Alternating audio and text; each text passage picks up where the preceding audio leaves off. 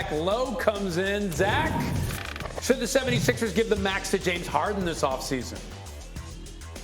No, under no circumstances. If you're talking the 5-year fully guaranteed max, absolutely not. That went out the door a long time ago with his latest elimination game blunder. That's gone. Shorter term deal, please. Okay, and let's see if he accepts that. Now, should the Pelicans give the rookie max extension to Zion Williamson? Absolutely. Despite the injuries, you have to do it. He's that talented. I suspect they'll build in some injury-related protections or games played protections, just as the Sixers did with Joel Embiid before. But yeah, if you're the New Orleans Pelicans, small market, you bring back Zion, no doubt. Okay, now here's the big one. Should the Nets give a max deal to Kyrie Irving? Woo! Sounds easy to say no. Hard no. He doesn't deserve it. He hasn't earned it. He never plays. But you do risk some discomfort or alienation with KD, a DEFCON 1 scenario of a trade request from KD. I still, though, say no. Find a middle ground that makes sense for everybody, a shorter term deal.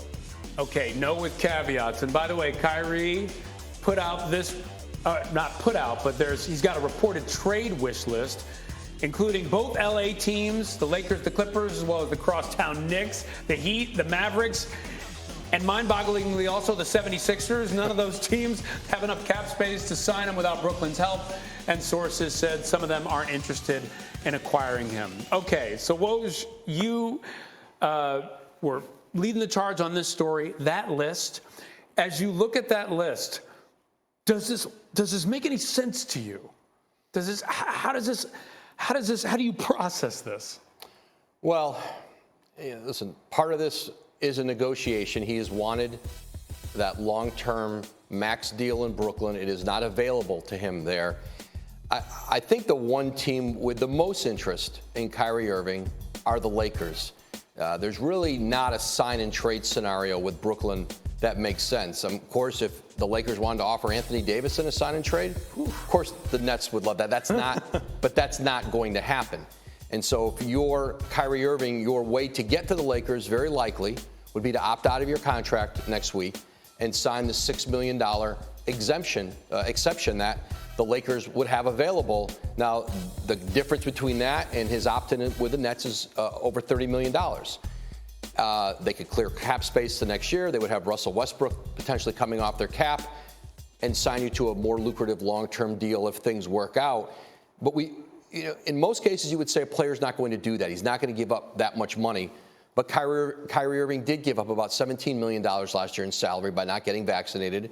Perhaps really impacted the loss of a shoe deal with the fact that he's been so unavailable. So with him, I don't think you say that won't happen, that'll never happen.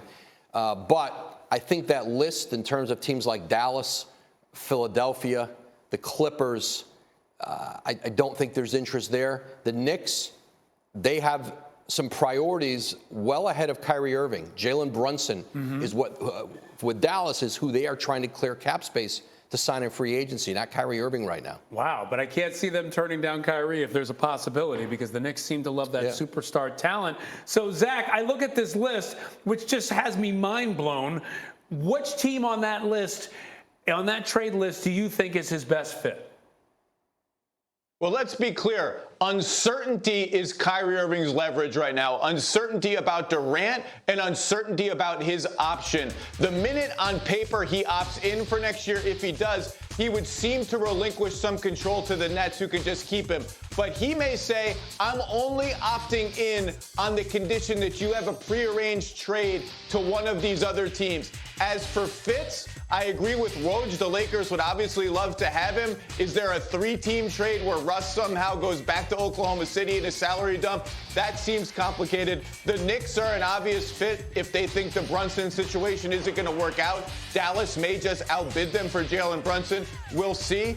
On paper, not in real life, but on paper, I've always liked the Dallas fit for him as the sort of theoretical secondary ball handler, jump shooter around Luka. But I just feel like coming off a conference finals run, as Woj indicated, I feel like that kind of ship has sailed for the Mavericks. I don't see much there. And as for the other teams, they got a lot of other things to sort out. Obviously, there's huge questions about Kyrie Irving's reliability. That said, if he's healthy, the reason he was out last year was the vaccination mandate. That's gone. That's a non-issue. If he tells people, hey, look, I can get you 60, 65 games, that's possible. Who knows?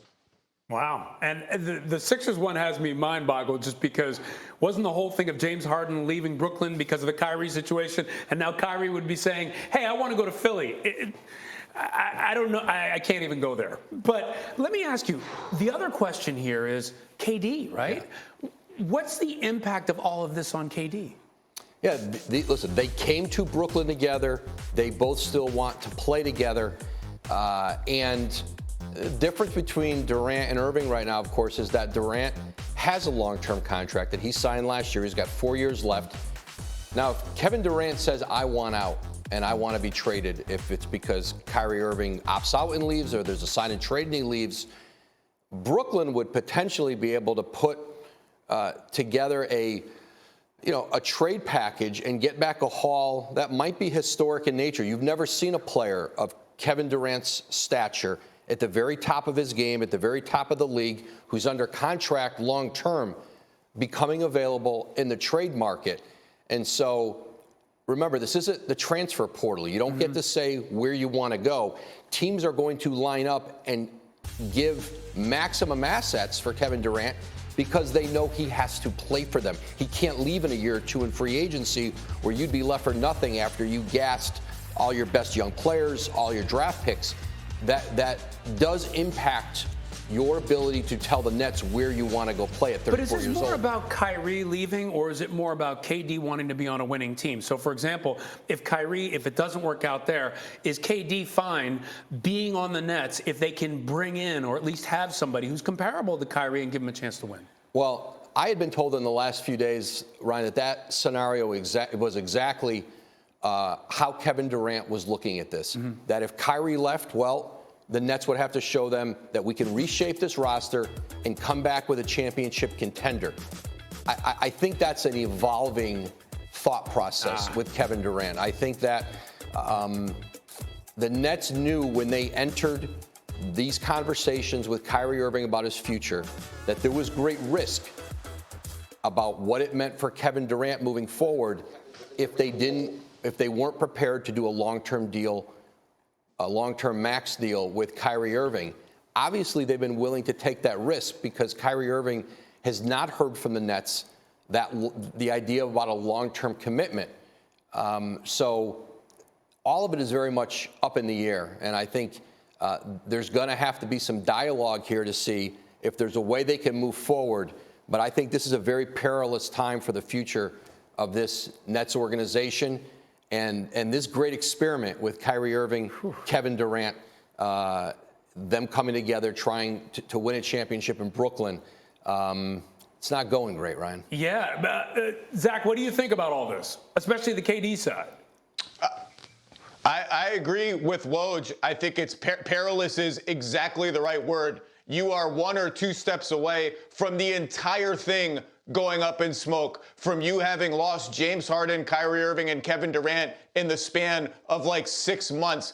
And as far as reloading, if Kyrie leaves for nothing, if Kyrie does the nuclear option of opting out and signing wherever he wants to go for whatever is available to him, Durant is going to look around and say, okay, I've got Ben Simmons, who hasn't played for us yet, and we don't really know what he's going to look like on our team, and then a bunch of role players. And at that point, the Nets are short on time and short on assets to retool around those 2 guys. Other teams have been preparing for this offseason for months and months and months, lining up all their ducks in a row. The Nets are suddenly thrust into a situation where on the fly, with not a lot to work with, in that scenario that Kyrie leaves for nothing, they would have to rebuild their team around them. That seems like a tall order. I agree this is perilous. And like Woj says, the whole league opens up for Kevin Durant. Every team with interest will throw the whole kit and caboodle at the Nets, and maybe that's the route you have to go, but we'll see. There's still time for a resolution. Right. What a difference a couple months make. Just a couple months ago, they had Kyrie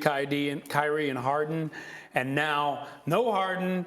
Kyrie, what's up? And what could happen with KD? And by the way, speaking of Harden, Kyrie's former teammate, Philadelphia 76er, and just like Kyrie, Harden has until Wednesday to pick up his player option for next season or become an unrestricted free agent. Now, Woj, given all that happened with Harden in the playoffs, his sputtering, how do you see this playing out with the 76ers? That James Harden will be back in Philadelphia on some kind of an extension. And, as Zach said earlier, it's unlikely that it's almost assuredly not going to be the full 5-year max extension. He doesn't have the leverage to demand it right now. There's nowhere else in the marketplace he could go and get it. His best chance to make the most money on the best contract in a place that he chose to play is Philadelphia. And so I think there's going to be a common ground there on something shorter than the full max, but still a very significant commitment from the Sixers to keep James Harden. Okay, and then in that line of thinking, Zach, when you talk about James Harden in Philly, can he be that all-NBA player that he used to be, or are those days over? I think the days of first team All-NBA are over, but if he has a serious summer of conditioning and getting healthy, the pick and roll combination between him and Embiid was the single best pick and roll combination in the NBA after the trade. If he's healthy and locked in on his conditioning, I do think there's a scenario where he can get back into that third team All-NBA, solid all-star, upper tier all-star conversation. Not first team, I think those days are over, but I'm not quite ready to shut the door on this guy as one of the 15 or 20 best players in the NBA. Philly certainly has to hope that's the case, because if that door is shut, their path to contending for a title around Embiid in the next 2 years gets a lot murkier. Okay, an optimist over there. So do you think they can actually be a contender with Harden and this team as currently constructed? I think right now with Harden, Maxey, Embiid, Tobias Harris, I love the Melton trade. I still think they're a little bit short of the best teams in the East, but not a lot short. If they're healthy and locked in, that's a really, really good team. Okay, all right, guys, thanks.